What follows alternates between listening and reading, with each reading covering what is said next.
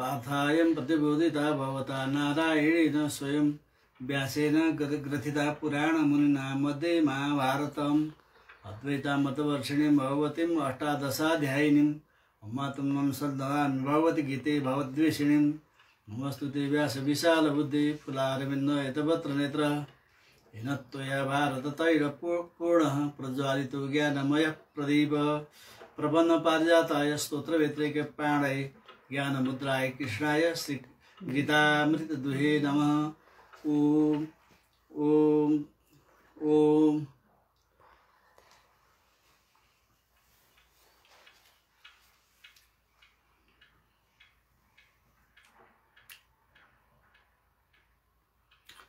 श्रीमद् भगवद गीता चतुर्थ अध्याय ज्ञान कर्म संन्यास योग।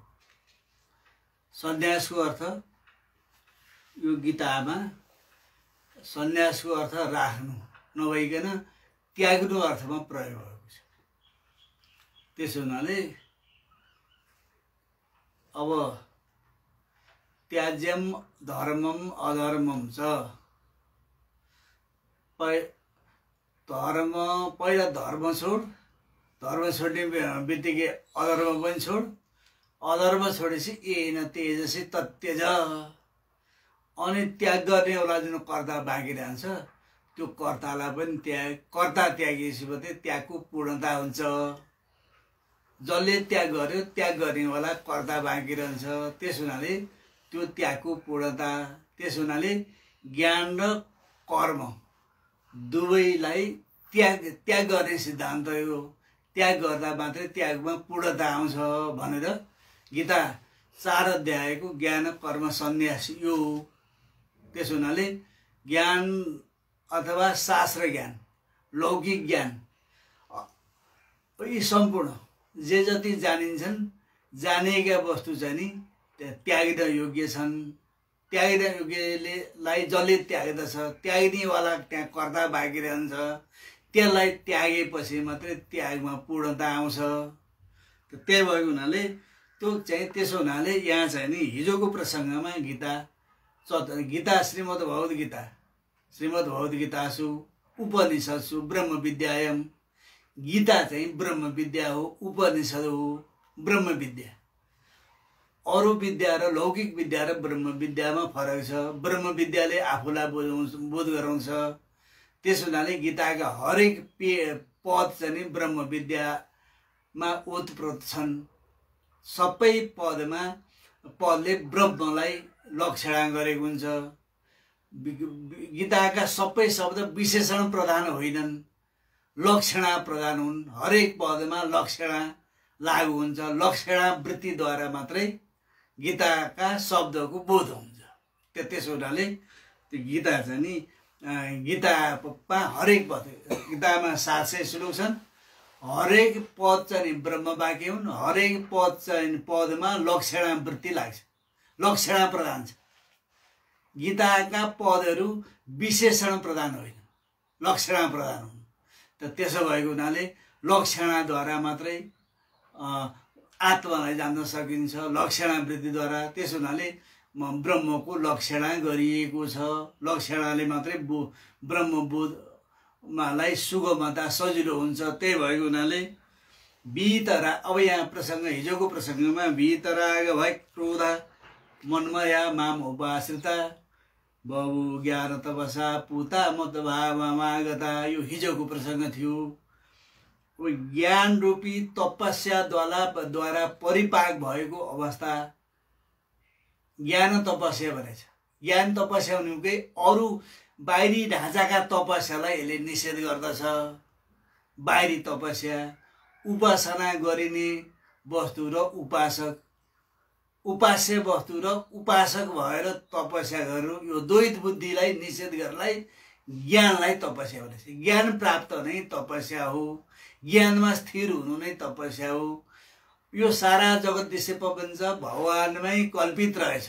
म त्यसको अब म आत्मा चाहिँ यो जगतको चाहिँ अधिष्ठान तत्त्व द्रष्टा रहेछु भनेर आफूलाई 3 शरीर, थूल शरीर, सूक्ष्म शरीर, कारण शरीर र 5 कोषभन्दा भिन्न, पञ्चकोषभन्दा भिन्न हाम्रो शरीर 5 कोष को चाहिँ खोलले ढाकेको। हाम्रो आत्मालाई 5 वटा चाहिँ पर्दाले ढाकेको छ। 5 वटा पर्दा भनेको खोल। ती प्रत्येक पर्दा उगार्दै गएपछि मात्रै आत्मा त ब्रह्म पुच्छम प्रतिष्ठा, सबभन्दा पर पछाडिपट्टि आउँछ। गाई दान गर्दाखेरि सिङमा समाइँदैन, पुछारमा समाउनु भनेकै चाहिँ नि भगवान पछाडिपट्टिबाट उपद्रष्टा भएर प्रकाश गरिरहेछ। पुछारपट्टि समाउनु, पुछारको टुप्पोमा समाउनुको अर्थ के हो भने द्रष्टा सबैभन्दा पछिबाट जम्मैलाई देख्दछ, सबैलाई देख्दछ। त्यो देख्दैपट्टि बसेको तिमी हौ, त्यो देखिएकापट्टि होइन। तिमी देख्दैपट्टि छौ भन्ने अर्थमा गाईको पुछार समाउने भने हो, त्यहाँ तरिन्छ। सिङ छोड्दै जिउ छोड्दै गएर आखिरी पुछार समाउने भनेपछि अब पछाडिपट्टिको सबभन्दा पर बस्ने मान्छेले अगाडिपट्टिकोलाई सबैलाई देख्दछ, सबैलाई देख्दछ। त्यसो भएकोले आत्मा चाहिँ सबैको भन्दा पछाडिपट्टि बसेको छ। गुहाम प्रविष्टौ, बुद्धिमा छिपेको छ, बुद्धि रूपी गुफामा छिपेको छ, त्यो सँगै बसेको छ। रितम अब यहाँ त के भनेको छ, अब जुन रितम पिमन्तौ, रित भनेको सत्यलाई प्यान गर्छ।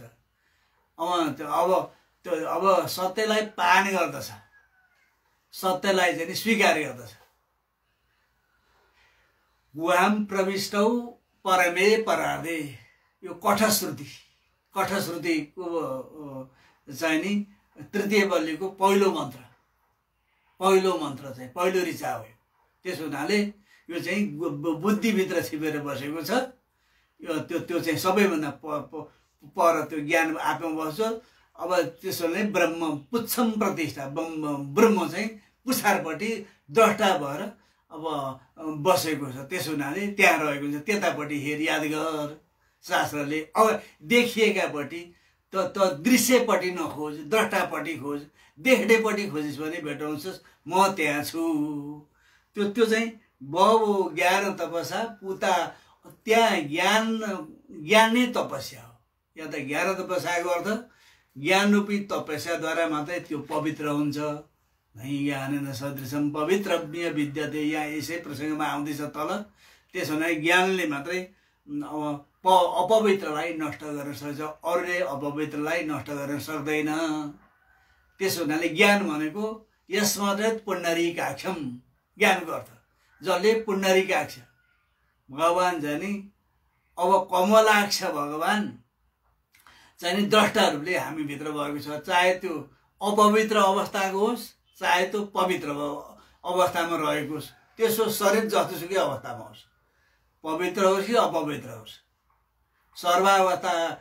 सर्वावस्था गन्ते विवाह यस्मरित पुण्डरीकाक्षम सबाह्याभ्यन्तर शुचि। अपवित्र सबै पवित्र भा भन्न केवल जल सर गर्नु यो मन्त्रको अर्थ। यो त वेदको ऋचा हो, वेदको वचन सत्य हुन्छ। त्यो पानी सर्काउनु भन्ने अर्थ लाग्दैन। त चाहे तेरो जिउ चाहे पवित्र होस् चाहे अपवित्र होस्, त सबै बेलामा त द्रष्टा रूपले रहेको छस्। तेरो जिउभित्रमा त भनेकै मै हुँ, तेरै रूपमा म पुछारपट्टि द्रष्टा पनि बसेको। त्यसलाई याद गर, स्मरण गर। त्यो हो यहाँ चाहिँ भव ज्ञान तपस्याको अर्थ चाहिँ नि त्यतिखेर मात्रै त्यो पवित्र हुन्छ। पुतम भनेको पवित्रता। पुतम मत भावमा गता, मेरो भावमा त्यो पुतम, त्यसले मात्रै पवित्र हुन्छ। बाहिर पानी तिजौ कुसालेर यसो छर्केर अब हामीलाई त्यतिमा मात्रै विश्वास छ, अर्थ त्यति होइन त्यसको। त्यो त वेदका मन्त्र हुन्। चाहे कर्मकाण्डमा उद्धरण गरियो किन, भक्तिमा उद्धरण गरिए नि, ज्ञानमा उद्धरण गरिने मन्त्र वेदका हुन्। वेदको मन्त्र चाहिँ सत्यवाणी हो, त्यहाँ झुटो कुरो हुँदैन। त्यसो हुनाले त्यहाँ झुटो कुरो हुँदैन। तैँले आफू द्रष्टा रूपमा हेर भने हो। त्यसो त जे होस् त त्यही भएर बस, अनि मात्रै चोखिन्छस्। जबसम्म शरीर महु भनिन्छसम्म त अपवित्रै रहन्छस्। थाहा छ? अब त्यसो हुनाले देहात्मा बुद्धिजम पापम न तत् गोवध कोटिवी आत्माहम बुद्धिजम पुण्यम न भूतो न भविष्यति। म देह हुँ भन्ने बुद्धि रहेसम्म तैँले कोटीवटा करोडौँ गाई मार्दा जति पाप लाग्छ त्योभन्दा बढी पाप तैँले यो शरीरलाई मौँ भन्ने बुद्धि छौन्जेल त्यो पाप तैँले तँलाई लागिराखेको हुन्छ। त्यसबाट पवित्र हुने, त्यसबाट उम्कने तेरो बाटो छैन। त त्यसो भएको हुनाले आत्माहम बुद्धिजम भन्ने, म आत्मा स्वरूप रहेछु, म द्रष्टा रहेछु, आत्मा रहेछु भनेर जतिखेर त्यो ज्ञान उग्र्यो, त्यो बहु ज्ञान तपस्या पुता मत भागता, ज्ञान तपस्याले जब आत्मा हो भन्ने कुरा उसले बुझेपछि ऊ चाहिँ के भयो त बिउजियो, पवित्र हो। त्यसले त्यो बैतरणी तर्यो, गाईको पुछार समातेर बैतरणी तर्यो भनेपछि ऊ पछाडि द्रष्टा रूपले, द्रष्टा भन्ने थाहा पाउने बित्तिकै भवसागर रूपी बैतरणी तर्यो। ल बाहिर हेर्दा गाई सिङ गाई जिउ छ, पछाडिबाट द्रष्टा रूपले किन सिङ समाउनु, खुर समाउनु, जुरो समाउनु त भनेको छैन, कचजोडो समाउनु भनेको छैन। अब गाईको त पुच्छर समाउनु भनेपछि ब्रह्म पुच्छम, ब्रह्म चाहिँ पुछारपट्टि बसेको हुन्छ, जुन आउँछ त्यहाँ। पुछार भनेको द्रष्टाले सबभन्दा पर बसेको हुन्छ, त्यो भएर पुछारको सङ्केत गरे। पुछार भनेको लक्षणा हो, यो लक्षणा, यो चाहिँ लक्षणावृत्तिद्वारा ब्रह्मको लक्षण चाहिँ सबभन्दा पर छ। यतो वा इमानी भूतानि जायन्ते एत जातानि जीवन्ति, जहाँबाट सारा ब्रह्माण्डहरू सृष्टि हुन्छन्, जसमा थिर हुन्छन्, अन्त्यमा जसमा लय हुन्छन्। ती लय सृष्टि स्थिति लय भएका वस्तु विकारी हुन्। जसका आधारमा अधिष्ठान तत्त्व आत्मा चैतन्य चाहिँ शाश्वत वस्तु, त्यो तिमी हौ, त्यो तिमी हौ। त्यो भनेर गुरुले बताइसकेपछि उसलाई ज्ञान हुँदैछ। त जो ज्ञानको तपस्या प्राप्त गरेपछि मात्रै त्यो बल्ल सम्पूर्ण पापबाट नासिएपछि मद भाव मागता, मेरो भावमा अथवा द्रष्टाको भावमा, गताको अर्थ प्राप्त। अब त्यो अथवा उसले आफ्नो आत्मालाई जान्दछ, त्यो ज्ञान नै तपस्या हो, त्यसको फलीभूत भयो भनिसकेपछि यहाँ 11औं नम्बरको मन्त्रमा ये यथा मां प्रपद्यन्ते तस्तां तथैव भजाम्यहम् मम वर्ता नवर्तन्ते मनुष्या पार्थ सर्वश। हे अर्जुन, यदि त्यस्तो किसिमले आफूले आत्मारूप भन्न जान्न सकिन र कुनै ध्येय खडा गरेर, द्वैत खडा गरेर भगवान् त्यता हुनुहुन्छ, म यहाँ अलि वर छु, मैले चाहिँ नि यता भएकाले उतापट्टिको भगवान् कल्पना गरेर ध्येय वस्तु खडा गरेर ध्येयमा केन्द्रित गरेर तपस्या भजन गर्छ भने म त्यो ध्येयमा, त्यसैको ध्येयमा त्यही रूप भएर पनि प्रकट हुन सक्छु। त्यसले चाहिँ चिन्तन गर्छ जे चिन्तन गर्छ त्यो त्यही भएर प्रकट गर्छु। जस्तै कुमलकुटीले आफ्नो गुण बनाउँदछ, गुण बनाउँदा उसले आफ्नो फुल पार्दैन, किरा फट्याउँदा झुसिल किरा यस्ता किरा लिएर आफ्नो गुणमा राख्छ। राखिसकेपछि गुणमा ल्याएर राखिसकेपछि वरिपरि चाहिँ त्यो कुमलकुटी अब आफ्नो गुणभित्र छिराएर बाहिरबाट पाल दुलो टालिन्छ, ढोका बन्द गरिदिन्छ र त्यसलाई तर्साउँछ, लट्याउँछ। अनि वरिपरि घुमेर डरलाग्दो आवाज निकाल्छ। आवाज निकालेपछि त्यो किरोले मलाई कुमलकुटीले मार्छ, मलाई कुमलकुटीले मार्छ भनेर कुमलकुटीको ध्यान गर्दा गर्दा गर्दा गर्दा गर्दा त्यो किरो नै पछि कुमलकुटीमा बदलिन्छ। जसको चिन्तन गर्यो त्यसले त्यही रूप प्राप्त गर्ने हुन्छ। त्यसो भएको हुनाले जसले ये यथा मां प्रपद्यन्ते ताम तथैव, जसले जुन भावले चाहिँ नि मेरो चाहिँ नि ध्येय गर्छ, अथवा बाहिर उसले वेदान्त त बुझ्न सकेन, अब बाहिरी वस्तुलाई भगवान् परै हुनुहुन्छ भनेर कुनै ध्येय खडा गरेर विष्णु, शिव, दुर्गा देवी, गणेश, कुनै सिद्धपुरुष, कृष्ण, राम, नारायण इत्यादि जुन स्वरूपमा उसले भित्र ध्येयबाट खडा गरेको छ त्यसको ध्येयमा म त्यही रूपमा बनिदिन्छु। तर त्यो मोक्ष होइन। मम वर्तमान मनुष्य पाल्नु, अब मेरो बाटोको अनुसरण गर्छ भने अब तिनलाई पनि भक्तै भनिदिनु पर्यो। चतुर्विधा भजन देवाम, 4 किसिमले भक्त हुन्छन् भने ध्येय खडा गरेर उतापट्टि देउता छ, आफ्नो जीवभन्दा बाहिर देउता उता कतै लोकमा हुन्छ, उति टाढा छन्, म यहाँ छु पृथ्वी तलमा, भगवान् त उता धाममा हुनुहुन्छ, म पुग्नु कसरी भनेर चिन्तन गरेर टाढाको ठानेर चिन्तन गरिनले पनि ती चाहिँ मनुष्य हुन्। मनुष्यको या मनुष्य शब्दको यत फलार्थी तथा यसनु कर्माणि अधिकृत ये प्रयतन्ते ते मनुष्य उच्यन्ते। मनुष्य शब्दको अर्थ गरेछ फल खडा गरेर एउटा कामना खडा गरेर त्यसलाई उद्देश्य गरेर त्यो प्राप्त गर्नै प्रयत्न गर्ने स्वभाव जसको छ त्यो मनुष्य हो, त्यो मानिस हो। त्यो चाहिँ नि मानिसको अर्थ, मनुष्यको अर्थ त्यो हो।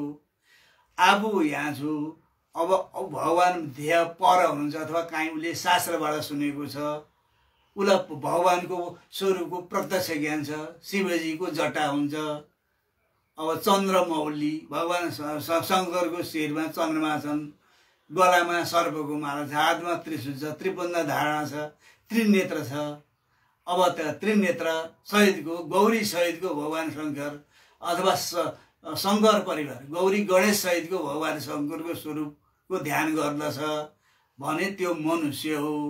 मनुष्यले कुनै बाहिर चाहिँ नि शास्त्रले बताएको विधान अनुसार परोक्ष लोकमा शिवलोकमा भगवान शङ्कर हुनुहुन्छ, वैकुण्ठ धाममा भगवान नारायण हुनुहुन्छ, गोलोक धाममा भगवान कृष्ण हुनुहुन्छ, मणिपुर धाममा भगवती दुर्गा देवी रहनुहुन्छ, अब स्कन्दलोकमा कुमार हुनुहुन्छ, अब सूर्यलोकमा सूर्य, अब वरुण लोकमा भगवान वरुण हुनुहुन्छ।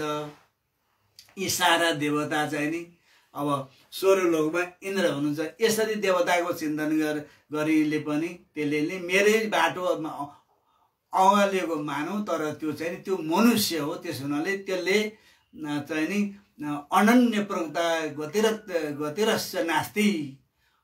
अब त्यसले अनन्य रूपले भजन गरेको छैन। बताउने गुरु अनन्य प्रकृता होइन। अब वेदान्त बताउनलाई चाहिँ ब्रह्म बुद्धि भएको, ब्रह्ममा स्थिर भएको, ब्रह्म र आत्मालाई आफूलाई ऐक्य बुद्धि खडा भइसकेपछि मात्रै त्यो बताउनेमा अनन्य व्यक्तिले मात्रै बताउन योग्य हो। वेदको वाणी, गीताको वाणी अब अन्य अथवा अनन्य ऐक्य बुद्धि नभइकन बताउन सक्दैन, अलमलिन्छ। किनभने अब एउटा लोक भने अब स्वर्लोक भन्नु पनि वैकुण्ठ भन्यो भने बिग्रो, त्यो बाहिर माता नाना माता बिग्रन्छ नै। अब यहाँ वेदान्तमा बिग्रने भन्ने कुरा छैन। जम्मै ब्रह्म हो भने पनि बिग्रँदैन, जम्मै होइन भने पनि बिग्रँदैन। त्यसो हुनाले अब अस्ति नाथे, त्यसो हुनाले यहाँ वेदान्तमा बिग्रने भन्ने कुरा हुँदैन, जे भने पनि सप्रने। त्यसो हुनाले यहाँ चाहिँ नि जे भने यो सबै ब्रह्म हो भने पनि सप्र्यो, सबै होइन भने पनि सप्र्यो। अरू कर्मकाण्ड जस्तो अब वैकुण्ठ धाम भन्नु पर्नेमा कैलाश भन्यो भने ल बिग्रो त्यो कैलाश त कहाँ शिवजी हामीले पूजा गरेको होइन, उतापट्टिको देउता पर्यो, यतापट्टिको देउता होइन भनेर अब बाहिर मात्रै। अब यहाँ त्यस्तो गीताका मन्त्रमा त्यस्तो कुरो लागु हुँदैन। या त सबै हो भने पनि मिल्छ, सबै होइन भने पनि मिल्छ। किनभने अन्य देव विद्युत अथवा अविद्युत आदि तिमीले जे जति जानेछौ त्यो जानेको भन्दा ब्रह्म वस्तु अन्य छ। तिमीले जे जति जानेका छैनौ त्यो भन्दा भिन्न छ, त्यो भन्दा माथि छ। यस्या मतम तस्य मतम मतम यस्य नवेद छ, अविज्ञातम विजानतम विज्ञातम अविजानतम। यो वेदले भनेको। अब जसले नबुझा झैँ यदि बस्दछ बरु त्यसले बुझ्या हुनसक्छ। बुझी भन्यो कि त खालामा पर्यो। त्यो बुझ्यो भने उसले बुझाएको कुराले भगवान जान अड्काउँछ। ऊ धेर भयो। धेर कसरी भयो भने ऊ थियो अनि ऊ जत्रो थियो अनि त्यसले बुझाएको कुरा थपिँदा त्यो ठुलो भयो। भगवान त सुस्वता तदेवी सुसोभन्दा सुसो हुनुहुन्छ अनि उसले बुझाएको कुरोसम्म भोग्दाखेरि ठुलो भयो। ताछिएन। जस्तै कोदालैमा बिँड तार्नुपर्छ, त्यो दुला अनुसारको नभइकन बिँड छिर्दैन। भगवानमा छिर्नलाई त्यो ऊ जे हो त्यही मात्रै भएपछि मात्रै त्यो छिर्न सक्छ। उसले गरेको कर्मको फल, उसले समातेको देवता, उसले मनमा जे झुन्डाएको छ, झुन्डाएको वस्तु नताछेर फालेसम्म त्यो त्यहाँबाट छिर्दैन। त्यो कुरा थाहा भयो भएन? अब त्यहाँ यो त्यसो हुनाले अब यहाँ चाहिँ काहीँ छ। अब त्यसो हुनाले यथा माम प्रपद्यन्ते ताम तथैव भजाम्यम म बताउनु पर्दैन। मनुष्य भनेको त्यही हो। मनुष्य भनेको कर्मफल सहित थप बोकेको मान्छे, जसले कर्मफल झुन्डाएको छ, बढी कुरा थपिएको छ। भारी सहितको जीवात्मा चाहिँ भगवानमा छिर्दैन। भारी जम्मै खुकुलो र नाङ्गो भएर सम्पूर्ण सारी आवरण रहित भएर जति गोपिनीहरू नरिनाङ्गा भए भनेको सम्पूर्ण अन्तिम आवरण अज्ञानको आवरणसम्म नासिएपछि मात्रै महाराजमा प्रवेश भए भनेपछि बढी थप कुरा ऊ जे हो त्यही मात्रै भयो। त्यही मात्रै भयो भने ऊ भगवानको सजाति भयो। भगवान त नानात्व छैन। त्यस हुनाले आफूमा भएको नानात्व हटाउनु शास्त्रको उद्देश्य हो। हे अर्जुन भनिकन मनुष्य मेरो मार्गलाई अनुसरण गर्दै अथवा त्यसरी फललाई कामना राखेर गर्ने मान्छे पनि ती मनुष्य हुन्। ती चाहिँ नि अब भगवानमा चाहिँ आउँदैनन्। ती लोकमै जान्छन्। उनले त्यही राम्रो मान्छन्। ती त्यहीँ भोलिछन्। त्यो चाहिँ नि अब जन्म कर्म नास्ने विधान होइन। जन्म नास्ने विधान होइन। वेदान्तले त त्यसो जन्मै सिद्ध्याइदिन्छ। जन्म सिद्धाएपछि जन्म आउँदैन। जन्म सिद्धिने बित्तिकै मृत्यु स्वतः जन्मसाथ मृत्यु टाँसिएर आएको हुनाले जन्म हट्ने बित्तिकै मृत्यु पनि हट्यो। यो गीताको लक्ष्य। त्यसो भएको हुनाले अब अर्को 12औं नम्बरको श्लोकमा काङ्क्षन्त कर्मणाम सिद्धिम यजन्त ये देवता क्षिप्रमी मानुषुल्यके सिद्धिर्भवति कर्मजा। जसले कर्म उसले गरेको कर्म इच्छा राख्दछ भनेदेखि त्यो इच्छा गरेछ भने त्यो इच्छा अनुसारको फल पनि मेरै प्रेरणाले त्यसलाई पुर्याइदिनु। तर त्यो मौका आउँदैन। मौका आउने भने फल छोड्नुपर्छ। अब फलपट्टि जाने भए म छोड्छु त अब हामीले रोकिदियो। फलपट्टि जाने भए म छोड्छु। म पनि आउने भए तेरो फल बढी हुन्छ छिर्दैन। त्यो छोड्दैछि त्यो बढी ढेर हुन्छ। धेर कुरो छिर्दैन। फल र ऊ गर्दा दुई कुरा भयो। त्यसो भएको हुनाले त्यो फल अब फलपट्टि जे इच्छा गरेर चिन्तन गरेर चाहिँ नि उसले फलिच्छा कर्म गरेछ भने त्यसलाई त्यो फल पुर्याइदिन्छु। त्यो चाहिँ त्यसले मनुष्य लोकमा त्यसले त्यो सिद्धिता प्राप्त गर्छ। फल प्राप्त गर्छ। त्यसले म चाहिँ छुट्छु। यहाँ यो श्लोकमा यहाँ वेदको चाहिँ नि अब बृहदारण्यक वाजसनीय श्रुतिको मन्त्र उद्धरण गरेको छ। यथा यो अन्यम देवताम उपास्ते अन्य असौ एव अन्य अहम अस्मिति नसवेद यथा पशुरेव सदैवानाम। जसले अब यो वेदको ऋचा उदाहरण गरेको छ। जसले भगवान अर्कै हो म अर्कै हुँ। भगवान उतापट्टि हुनुहुन्छ म यता यहाँ छु। भगवान उहाँ हुनुहुन्छ भनेर भगवानदेखि भक्त छुटिएर भेद दृष्टि गरेर पूजा गर्छ भने त्यो चाहिँ नि फला। त्यसो हुनाले त्यो भगवान पर छुटे अरूको कुनै धाममा हुनुहुन्छ म यहाँ छु। मैले भजनमा र मन्त्र लिएर केही अथवा माला टिको केही लगाएँ भने म यहाँ मरिसकेपछि त्यहाँ पुग्छु भनेर भेद उपासना जसले गर्छ भने त्यो मानिसहरूमा त्यो चाहिँ नि पशु हो। नसवेद यथा पशुरेव सदेवनाम। त्यो देवताहरूको पशु हो। देवताहरूले पशु पालेका हुन्छन्। देवताले पालेका पशुको भनेको भने मान्छे हुन्। जस्तै अब अस्ट्रेलियातिर एउटैका 50,000 भेडा पाले हुन्छ। हाम्रो हिलमा हिँड्यो भने एउटैका 500,000 भेडा च्याङ्रा पाले हुन्छन्। एउटा भेडोलाई बाघले लग्यो भनेदेखि त्यो गोठालो र चिन्तामा पर्छ। बाघले लग्यो भने उसको भेडो नोक्सान पर्यो भने एउटा मनुष्य मोक्ष भयो भने देवताको नोक्सान हो। देवताले पाले देवताहरूले आफूलाई खानलाई मानिसहरू पाले पशु हुन्। तिनले चाहिँ तिनबाट कमाए हुन्छ र आफू खाउँला भनेर मान्छेहरूलाई देवताले पालेका हुन् भनेको छ। यहाँ चाहिँ नि यहाँ त्यो उदाहरण गरिरहेको छ वेदको चाहिँ नि। यो चाहिँ नि अब बृहदारण्यक उपनिषद अब पहिलो अध्यायको चतुर्थ ब्राह्मणको 10औं मन्त्रमा छ। चतुर्थ ब्राह्मणको 10औं मन्त्र उदाहरण गरिएको छ। यथा अब भवो पशु मनुष्य भुजुरेव अब तेदेव म पुरुष देव भुनक्ते कस्मिन्नेव पशुवादिना मन्यते। पशुवादी अन्यम अप्रियो भवति। त्यसो हुनाले बहुषु तस्मा देश तन्न प्रेम। त्यसो हुनाले यदि कुनै मनुष्यले वेदान्त प्राप्त गरेर अब मोक्ष भयो भने त उनीहरूको एउटा पशु घट्यो। घटेका कारणले देवताहरू चिन्ती हुन्छन्। त्यसैले मूर्खाणाम प्रिय, देवता शब्दको अर्थ द्योतनाथ देव एउटा त्यो पनि हुन्छ। अर्को चाहिँ नि अब अज्ञानीहरूका प्रिय हुन्छन्। त्यस हुनाले मूर्खाणाम प्रिय, देवताको अर्को नाम मूर्खहरूको प्रिय भन्ने अर्थ लागेको छ। त्यसो हुनाले अब देवताहरूले पाले मनुष्य, उनीहरूले पालित पशु हुन्। एउटा पशु नोक्सान पर्यो भने जसरी उसलाई नोक्सान भएर चिन्तामा पर्छ जसरी मालिक, त्यसरी देवता पनि एउटा जीव, एउटा मनुष्य मोक्ष भयो भने उसलाई खाने एउटा घर छ, थोर हुन्छ। त्यसो हुनाले चिन्ता हुन्छन्। भ्याएसम्म ज्ञान प्राप्त नहोस् न ज्ञानमा विघ्न पार्लाई उनीहरूलाई द्वैत बुद्धि हालिरहन्छन्। अनि केही उपासना गरियो भने केही दिया जस्तो गरेर लोभ्याएर देवतापट्टि लोभिन्छन्। लोभिएपछि त त्यतै फलमा झुटिरहेछ, ती त अज्ञानी भइरहे उनीहरू बाँचिरहन्। जबसम्म अज्ञानी बाँच्छ देवता त्यस बेलासम्म जिउँदा रहने हुन्। अब ज्ञान प्राप्त गएर मोक्ष हुनेसहित ब्रह्मादिदेखि इन्द्रादिदेखि सम्पूर्ण देवता चाहिँ नि अब परमात्मामै विलिन हुन्छन्। परमात्मामै देवता पनि हराउँछन्। अब यो सम्पूर्ण देवता हाम्रा जिउभित्र छन्।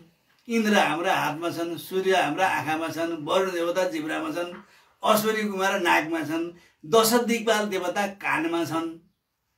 अब चाहिँ पैतालामा पादमा तल पादमा विष्णु यी छन्, पादमा छन्। अब चाहिँ हाम्रो चाहिँ उपस्थ इन्द्रियमा अब मलद्वारमा यमराज छन्, उपस्थमा प्रावधि ब्रह्माजी छन्। अब हाम छालामा वायु 49 वायु देवता छन्। हाम्रो जिउ वरिपरि जम्मै देवता बसेका छन्, यी रहेका हुन्छन्। त्यसो हुनाले मोक्ष भएपछि यी देवताले खान पाउँदैनन्। त्यस हुनाले अज्ञानी देवताहरूले ज्ञान प्राप्त गर्यो अथवा वेदान्त ब्रह्म विद्यालाई देवताहरूले देखि डराउँछन्। जे मानिस मोक्ष होला कि भनेर उनीहरूको पशु नौसान पर्ला कि भनेर चाहिँ देवताहरूलाई डराउँछ र उनीहरूलाई भाँड्दछन् भन्ने छ यहाँ, भाँड्दछन्। अब त्यही भएको हुनाले क्षिप्रमेव सुदूरभवतीको उसो कर्मबाट जन्मेको फल उसले चाहिँ त्यो सिद्धि प्राप्त गरेर त्यतै अल्मलिन्छ। अब त्यो चाहिँ देवताको पशु, मनुष्यलाई देवताको पशु मानिन्छ। हामीले बाख्रालाई, भैँसीलाई, गाईलाई, भेडालाई पशु जसरी भन्छौँ, देवताले पनि हाम्रा बाहुन, छेत्री, वैश्य, सूत्र, 2 खुट्टा हिँड्ने या भइदिन्छ जम्मै मान्छेलाई चाहिँ नि पशु मान्दछ। त्यसो हुनाले देवताले यी सबै पशु हुन्, मानिस जति पशु हुन्, यिनीद्वारा देवता पालिन्छन्। त्यसो हुनाले ब्रह्मज्ञान मर पर्दैन। कर्म काट्ने मान्छेलाई र देवतालाई वेदान्त मन पर्दैन। त्यहाँ गएपछि सबै उनीहरूको खानेकुरो छुट्छ। अब कर्म काण्डमा मोहमा परेका मानिस र देवताहरूलाई वेदान्त मन पर्दैन र मन पर्दैन र विरोध गर्छन् नै भनेको छ वेदशास्त्रमा। उनीहरूले विरोधी हुन्छन्। त्यही भएको हुनाले यो कुरा बुझ्न बडा कठिन छ। त्यस हुनाले यी 4वटा वर्ण मान्छे मैले सृष्टि गरेँ। तल 13औं श्लोकमा चतुर्वर्ण्यमया सृष्टम गुणकर्म विभागश गुणकर्म विभागश। ल यहाँ उच्च त्यो 13औं नम्बरको श्लोकमा चातुर्वर्ण्यमया सृष्टम गुणकर्म विभागश तस्य कर्तारम अभिमाम विद्यम कर्ताम रमव्ययम। अब चार वर्णका जातिहरू सृष्टि गर्ने मैले सृष्टि गरिदिएको, ममै सृष्टि भएका हुन्। ब्राह्मण, क्षत्रिय, वैश्य, शूद्र यी वर्ण धर्ममा रहेका यहाँदेखिका मानिस वर्ण धर्ममा रहेका। वर्ण भनेको अक्षर हो। वेदको अक्षरलाई वर्ण भनिन्छ। वर्ण भनेको छोपिएको आवरण विश्वपुराणमा छ। यो नग्न विषयको प्रश्नमा जब चाहिँ मैत्रेयीले पराशर र मैत्रेयीको सम्बन्ध हो। अब पराशरले मैत्रेयीसँग प्रश्न गरेका छन्। त्यसो हुनाले पराशर अब त्यहाँ चाहिँ के गरेका छन्, त्यहाँ पराशर मैत्रेयीले गएर सोधेका छन्। अनि त्यहाँ नग्न विषयको प्रसङ्ग उठेको छ। नग्न भनेको डाङ्गो, वर्ण रहित, वर्ण भनेको त्यो छोपिएको छ। नरी नाङ्गोलाई नग्न बिर्सेको, नग्न नाङ्गो बस्नु असुरक्षित हो, अनि कुनै आवरण ढाकिएर बस्नु सुरक्षित हो। वेदका मन्त्रलाई जसले छोपेर बसेको छ त्यो वर्णमा रहेको भयो। वेदको मन्त्रलाई जसले ढाकेर सुरक्षित गरेको छैन त्यो आवरण रहित वर्ण रहित भयो, नाङ्गो भयो। नग्न मान्छे, नाङ्गो मान्छे चाहिँ असुरक्षित हुन्छ। त्यही भएको हुनाले त्यसको गुण र कर्म, उसको गुण र कामको भागमा मैले 4 वर्णलाई सृष्टि गरेँ। अब बाउ जे जातको थियो छोरो त्यही जातको चाहिँ जन्मेको वर्ण हो भनेको छैन। गुण र कर्मको आधारमा मैले 4 वर्ण मैले सृष्टि गरेँ हुँ। त्यसो कर्ता पनि मै हुँ। 4 वर्ण वेद मैले बनाएँ। वेदकै वर्ण भनेको वेदका ऋचाले छोपिएकोलाई वर्ण आश्रममा वर्णमा रहेको मानिन्छ। चाहे शूद्र होस्, चाहे वैश्य होस्, चाहे क्षेत्रीय होस्, चाहे ब्राह्मण होस्। त्यो शूद्र पनि वेदका वर्णले ऋचाले छोपिएको छ, वर्ण धर्मभित्र रहेको हो। ऊ नाङ्गो हुँदैन। त्यस हुनाले अब ऊ नाङ्गो छु, शास्त्रभन्दा बाहिर छु भनेर कसैलाई वर्ण धर्म भन्ने बित्तिकै सबै वेदका ऋचाले छोपिएको छु। वेद म माथि चाहिँ नि प्रवेश छ, मलाई वेदले सुरक्षित गरेको छ, ढाकेको छ भन्ने सम्झनु पर्छ। अब त्यसो भएको हुनाले यहाँ के छ त भन्दा अब यहाँ चाहिँ नि अब ब्राह्मणको अर्थ यहाँ गरिएको छ। तत्र सात्विकस्य सत्वप्रधानस्य ब्राह्मणस्य समदम तब इत्यादिनम कर्माणि। अब जो सत्वगुण प्रधान छ त्यो ब्राह्मण हो। जो जन्मेको जुन मानिस सत्वगुण प्रधान छ त्यो ब्राह्मण हो। सत्वगुण प्रधान भइकन चाहिँ नि ऊ समदम तितिक्षा उग्रति श्रद्धा समाधान यी चाहिँ नि दैवी सम्पदा पनि जो सत्वगुण छ, दैवी सम्पदा छ र उसले चाहिँ नि सत्वगुणको प्रचार गर्दछ। सत्वगुण फैलाउनमा रजोगुण र तमोगुण नाच्नमा मद्दत गर्छ, अरूलाई सहयोग गर्छ भने त्यो ब्राह्मण हो। यहाँ त तत्र सात्विकस्य सत्वप्रधानस्य ब्राह्मणस्य समदम तब इत्यादि उसका कर्म हुन्। उसले त्यो सत्वगुण पनि छ र त्यही अनुसार काम पनि गरेछ भने त्यो ब्राह्मण हो। अब क्षेत्रीको अर्थ यहाँ चाहिँ सत्व उपसर्जनम रज प्रधानस्य क्षत्रियस्य शौर्य तेज प्रवृत्ति कर्माणि। अब यहाँ यसो चाहिँ नि भाषामा यी शब्दको विग्रह गरेको छ। अब जसमा सत्य गुण चाहिँ गौण छ, कम प्रयोजनको, रजोगुण चाहिँ बढी प्रयोजनको, रजोगुण मुख्य छ, प्रधान छ भने त्यो क्षेत्री भयो। त्यो जहाँसुकै जन्मेको होस्, त्यो जहाँसुकै जन्म क्षेत्रीको अर्थ त्यो हो। त्यसमा के छ त तेज छ, सुरता छ, समाजको रक्षा गर्न सक्छु, हिम्मत छ, अधर्मलाई नाश गर्न सक्छु, समाजको रक्षा गर्न सक्छु, अब सोझा साझालाई बचाउन सक्छु, दुष्टको संहार गर्न सक्छु, देशको रक्षा गर्न सक्छु, समाजको रक्षा गर्न सक्छु, अरू 3 वर्णका समाजलाई जोगाउन सक्छु भन्ने हिम्मत जसले राख्दछ, जसमा सुरता छ, जसमा चाहिँ वीरता छ, शौर्यता तेज छ र तेजी कर्म गर्छ, अरू लोकको रक्षा हुने भलो हुने काम गर्दछ भने त्यो क्षेत्री हो। जसले चाहिँ देश बचाउँदछ, समाज बचाउँदछ, धर्म बचाउँदछ, अब साधु सन्त बचाउँदछ, समाज जोगाउँदछ, त्यहाँ चाहिँ नि विषमता, त्यहाँ चाहिँ नि अराजक हुन दिँदैन, संरक्षण गर्छ भने त्यो क्षेत्री हो। अब त्यहाँ अर्काले चाहिँ नि बदमास गरेछ, टुलु हेरेर बसिरह्यो भने, अन्याय पर्दा बोलेन भने त्यो क्षेत्री हुँदैन। त्यहाँ गएर लड्नुपर्छ कि आफू मर्नुपर्छ कि जे गएर अन्याय गरेर सजाय गरेर चाहिँ नि अन्यायमा परेकोलाई छुटाउनु पर्दछ। यो क्षेत्रीको काम हो। त्यसो भएको हुनाले अब जोमा चाहिँ अब जसमा चाहिँ अब तमोगुण चाहिँ गौण छ, रजोगुण। अब यहाँ क्षेत्रीमा चाहिँ सत्वगुण गौण, रजोगुण प्रधान क्षेत्री। यहाँ चाहिँ तमोगुण चाहिँ गौण जो छ, रजोगुण जुन प्रधान छ त्यो चाहिँ नि अब वैश्य भनिन्छ। तमोगुण गौण वैश्य, सत्वगुण गौण र रजो प्रधान चाहिँ त्यो चाहिँ ब्राह्मण, सत्वगुणको क्षेत्री। अनि ब्राह्मणमा चाहिँ रजतम भन्ने भने केवल सत्वगुण प्रधान मात्रै हो। त्यही भएको हुनाले ब्राह्मणको स्वभाव त्यो हो। त्यसो भएको हुनाले यहाँ चाहिँ नि तमोगुण चाहिँ गौण छ, रजोगुण प्रधान छ भने वैश्य हो। त्यो चाहिँ नि रजोगुण भनेको काम हो। रज प्रवृत्ति रजले चाहिँ नि प्रवृत्ति गराउँदछ, काम गराउँदछ, काम हिँडाउँदछ। रजोगुण नभइकन कृषि कर्म गर्न सकिँदैन। अब त्यहाँ अन्न नबुझिकन प्राणी बाँच्दैनन्। अन्न चाहिँ नि मानिसको प्राणमा अडिएको हुन्छ। अन्नलाई प्राण पनि मानिन्छ। जो खाइन्छ त्यो अन्न हो। अनि जसले हामीलाई खान्छ त्यो पनि अन्न हो। अन्नले चाहिँ खाने पनि भोक्ता पनि हो र भोज्य पनि हो। अब अन्न शब्दको अर्थ भोक्ता र भोज्य दुवै हो। अब पहिला चाहिँ जेठो सर्वौषधि, अन्न र सर्वौषधि अस्तिकै प्रसङ्गमा भइसक्यो तेस्रो अध्यायमा। किनभने अन्न सबैको औषधि हो। औषधि भनेको बचाउँछ। सबै प्राणी अन्न सर्वौषधि हो। सबैको औषधि, सबै प्राणी अन्नले बचाउँछ। सबै प्राणी जेले बाँध्दछ त्यो सर्वौषधि, त्यो अन्न हो। अद्यते अन्नम, अद्यते अति च भूतानि तस्मात् अन्नम तदुच्यते।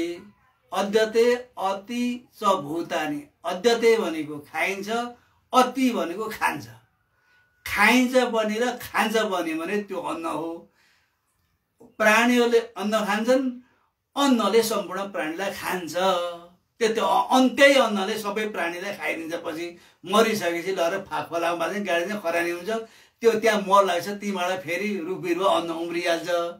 अब सारा प्राणीहरूको शरीर खाएर अन्न उत्पत्ति हुने भएको हुनाले अन्न चाहिँ नि खाद्य मात्रै होइन, भोज्य मात्रै होइन, भोक्ता पनि हो।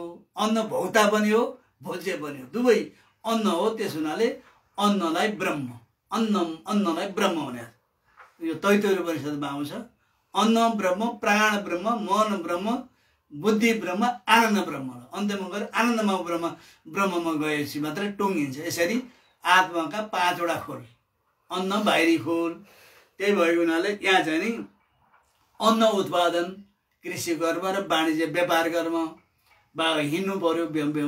अब व्यापार हुनु पर्यो। व्यापार भनेको चल्नु रजोगुण नभइकन प्रवृत्ति हुँदैन। त्यसो हुनाले त्यो चाहिँ वैश्य, त्यो व्यापार गर्दछ, अन्न उब्जाउँछ र व्यापार गर्छ, वाणिज्य व्यापार गर्छ, खेती गरौँ व्यापार गरौँ भनेको चल्नु हो। यो चाहिँ नि वैश्य हो। र तमो प्रधान चाहिँ नि सूत्र हो।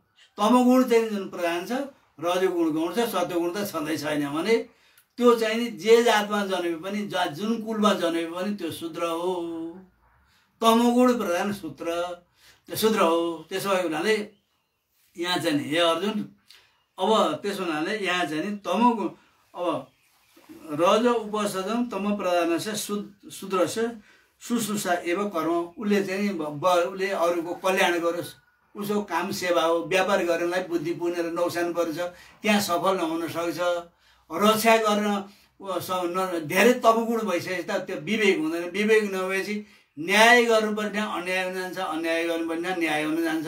अन्य जुन सजाय गरिनले अब त्यसो हुनाले विवेक नभएको उनीहरूले चाहिँ नि उनले चाहिँ नि सेवा अरूको उपकार गरिदेखि बाहेक अरू कर्तव्य विवेक ज्ञानपट्टिको लाई चाहिँ नि तमोगुण प्रधान ज्ञानमा अधिकार हुँदैन। किनभने उसले बुझ्दैन। अब तमोगुणी मान्छे केही सत्तामा पुग्यो भने त खराब मान्छे जति राम्रो देखिन्छ। अब उसलाई के लाग्छ? अब सधैँ जति खराब जुन सोझा साझा छन् तिनीहरू देख्दा रिस उठ्छ। जो नचाहुँदा गाउँ हल्लामा हिँड्दो रहेछ जसले चाहिँ नि खराब गऱ्यो त्यो चाहिँ मान्छे राम्रो लाग्छ। ऊ सुकुलो पछि मोटो बन्छ, बलियो हुन्छ। यो गतिलो भने त्यस्तो भ्रम पर जान्छ र झुकिन्छ। अब ड्याम्म मोटो चाहिँ बलियो स्वरूपहरू छ। अब तमोगुणीलाई नै प्रिय गरिरहेको हुनाले अब रज सत्वगुणी रक्षा गर्न सक्ने भएको हुनाले अब खराबको संरक्षण गर्ने भएको हुनाले तमोगुण प्रधानले त्यसको कर्तव्य सेवा अरूको उपकार गर्नु। उपकार गर्दा चाहिँ सुध्रिएर उसको पनि कल्याण हुन्छ, समाज सबैको उपकार। उसले चाहिँ नि सेवा कर्म प्रधान। अनि त्यसो यी 4 चाहिँ वर्ण धर्मका हुन्। यी चाहिँ 4 वेदको अधिकार 4जनामा छ। चाहे वेदका आवरण वर्णको अर्थ आवरण ढाकिनु वर्ण धर्ममा रहनु हो। म चाहिँ वर्णभन्दा बाहिर वेदभन्दा बाहिर छु कि भनेर कसैले पनि ठान्नु पर्दैन। जब ब्राह्मण क्षत्रिय वैश्य शूद्र यदि 4 बडा आश्रमभित्रका सबै वेदभित्रकै हुन् हेर्छन्। त्यसो हुनाले तस्यम त्यसो कर्ता म हुँदा पनि म अकर्ता नै छु, अकर्ता नै छु, अकर्ता नै छु। म त्यसमा चाहिँ नि अकर्ता नै छु, व्यतिक कर्ता। म अव्यय पूर्ण ब्रह्म भएको हुनाले मबाटै सारा शास्त्र खडा भएर यसैबाट वर्ण खडा भएको। त्यसो हुनाले अब यो 13औं नम्बरको श्लोकमा दिने 14 नम्बर एउटा श्लोक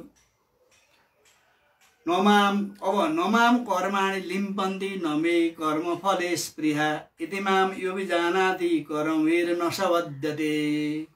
नमाम कर्माणि लिम्पन्ति, म भन्ने वस्तु ब्रह्म भन्ने वस्तु हे अर्जुन म कृष्णता कर्ममा चाहिँ नि लेपायमान छैन। त्यस्तै तिमी पनि कर्मको लेसमा छैनौ। ममा कर्म लेपायन छैन। कर्मको द्रष्टा म हुँ। कर्मलाई प्रकाश गर्ने आत्मा भन्ने वस्तु म हुँ भन्ने थाहा पाइयो। र जसले चाहिँ आफूलाई आत्मा स्वरूप जानेर व्यवहारमा वर्तन छ, व्यवहारमा हिँडेको छ र कर्मफलमा स्प्रिया छैन, कर्मफलमा व्यपास भयो, कर्मफलको अडेसो रहित, अडेसा रहित, फलमा आश्रय रहित, फलमा आश्रित नभएको व्यक्ति नमे कर्म यदि माम यो विजानाति कर्मैर न सबध्यते। ममा कर्मले बायमान पनि छैन, कर्मफलमा म आड लागेको पनि छैन। यति दुईटा कुरा जसले बुझ्यो भने यदि माम मैले भनेको कुरो यो अभिजानाति जसले जान्दछ कर्मैर न सबध्यते, त्यसलाई चाहिँ नि कर्मफलले को बन्धनमा त्यो पर्दैन। कर्मको फलको बन्धन चुडेर त्यो व्यक्ति चाहिँ नि आत्मामा प्रवेश गर्यो। कर्मको फल चाहिँ नि कर्म बन्धनलाई त्यसले तोड्यो। त्यो कर्मको बन्धनबाट चाहिँ कर्मैर न सबध्यते, कर्म बन्धनबाट छुट्यो। अब त्यसो हुनाले अज्ञान रहेछन् कर्म हुन्छ, अज्ञान रहेछन् कर्म हुन्छ, कर्म रहेछन् फल बन्दछ, फल बनेछ भने फलको फलमा त्यो फल रहेछ भने जन्म भइरहन्छ। अब फलले जन्म, अज्ञानले कर्म, कर्मले फल, फलले जन्म। त्यसो हुनाले जन्म यदि जन्म मृत्युबाट छुट्टिनु भने कर्म फल पहिला अज्ञान नाच्नु पर्यो। कर्मको मूल जर त कर्मफल त्याग्नुभन्दा नि अज्ञान नाच्नु पहिला नबुझेर पहिला फल छोड भनेर बाहिर बुझाएको अन्तिममा त अज्ञान नाश भने हो। किनभने अज्ञानबाट कर्म जन्मिन्छ, कर्म भनेको त्यो फल बन्छ। त्यसो हुनाले अज्ञान, अब अज्ञानीको छोरो कर्म, आमा त्यसकी आमा अज्ञानी कि आमा, अब कर्म कि आमा चाहिँ अज्ञान हो। ऊ जहाँबाट जन्मियो त्यसले चाहिँ नि त्यसको चाहिँ विरोधी हुन सक्दैन। त्यसो हुनाले कर्मको फल बन्धन हो, ज्ञानको फल मोक्ष हो। फलै पृथक्त्वात् बहुकारकम् तै क्रतुः, यो राम गीतामा पनि लक्ष्मणलाई यसरी भनेको छ। कर्म र ज्ञानको फल नै छुट्यो, बाटै छुट्यो। त्यसो हुनाले न त कर्म अब ब्रह्मज्ञानमा कर्म साधना भन्दा माथि जान्छ। ब्रह्मज्ञान भनेको सम्पूर्ण विद्याको समाप्ति। अब केवल ऊ ब्रह्म मात्रै शेष रहने प्रसङ्ग हो। यहाँ कुनै देवता लोक कर्म गर्न जातिपाति अब सारा लोक दृश्य प्रपञ्च जागृत स्वप्न सुसुप्त नै समाप्त भएपछि कर्म र अरू बाँकी रहने कुरै भएन, यो सबै समाप्त हुने हो। ज्ञानले त सम्पूर्ण समाप्त पारेर चाहिँ नि समाप्त जसले पारेको त्यो पारेवालासम्म समाप्त हुन्छ। सम्पूर्ण ब्रह्म, अब ब्रह्माकार वृत्तिले जगत समाप्त पारिकन अज्ञान नासिसकेपछि ऊ पनि नासिसकिन्छ, ऊ पनि त्यहीमा विलिन हुन्छ र केवल ब्रह्म रूपमा रहन्छ। त्यसो हुनाले यो चाहिँ नि गीताको 14 ज्ञान कर्म सन्यास गीता चाहिँ नि ब्रह्म विद्या हो। गीता पहिलो अध्यायदेखि 18 अध्यायसम्म सबै ब्रह्म विद्या नै हो। यहाँ कुनै अरू विद्या, ब्रह्म विद्या भनेकै यहाँ चाहिँ नि यो मूल चाहिँ उपनिषद छ ब्रह्म विद्या। यो चाहिँ 18 अध्यायमा चाहिँ अनुसूच अन्वय छ। यो चाहिँ अभिभावी त्यो चाहिँ अन्वय सबैमा सम्बन्ध छ। सबै अध्यायको सार ब्रह्म विद्या हो। अब विशेष गरी कोही ठाउँ ज्ञान हो, कोही ठाउँ कर्म हो, कोही ठाउँ भौतिक हो, कोही ज्ञान विज्ञान हो, यता भन्दै गएका होलान्। तर सार के हो भने अन्त्यमा ब्रह्म विद्या हो। ब्रह्म विद्या हो। ब्रह्म विद्या बताउने पद चाहिँ नि ती वाक्य चाहिँ नि पदले चाहिँ नि पद यी सबै लक्षणावृत्तिद्वारा, किनभने यहाँ चाहिँ नि गीताका पदहरू गीताका शब्दहरू चाहिँ नि लक्षणा प्रदान हुन्, विशेषण प्रदान होइनन्। यो चाहिँ नि चाहिँ हुनु पर्यो।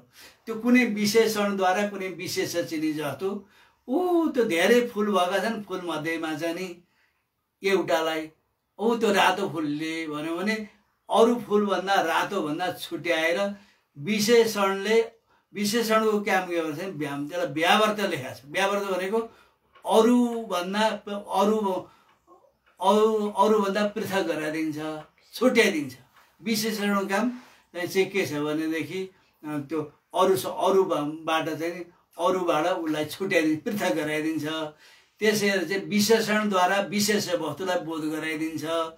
त्यसो हुनाले ब्रह्ममा निर्विशेष भएको हुनाले ब्रह्ममा चाहिँ विशेषण प्रवेश गर्न नसक्ने भएको हुनाले यसरी विशेषणद्वारा ब्रह्म चिनिँदैन, लक्षणद्वारा चिनिन्छ भन्ने आशा हो। अब यति भन्दै आज यो 14औं श्लोकसम्म गीताको अब चतुर्थ अध्यायको ज्ञान कर्म सन्यासीको चाहिँ नि 14औं नम्बरको श्लोकसम्म चाहिँ नि आज श्लोकका पदहरूमा विचार गरियो। हरि ओम तत्सत्। ओम पूर्णमदः पूर्णमिदं पूर्णात् पूर्णमुदच्यते पूर्णस्य पूर्णमेवावशिष्यते पूर्णमेवावशिष्यते। ओम शान्ति ओम शान्ति ओम शान्ति।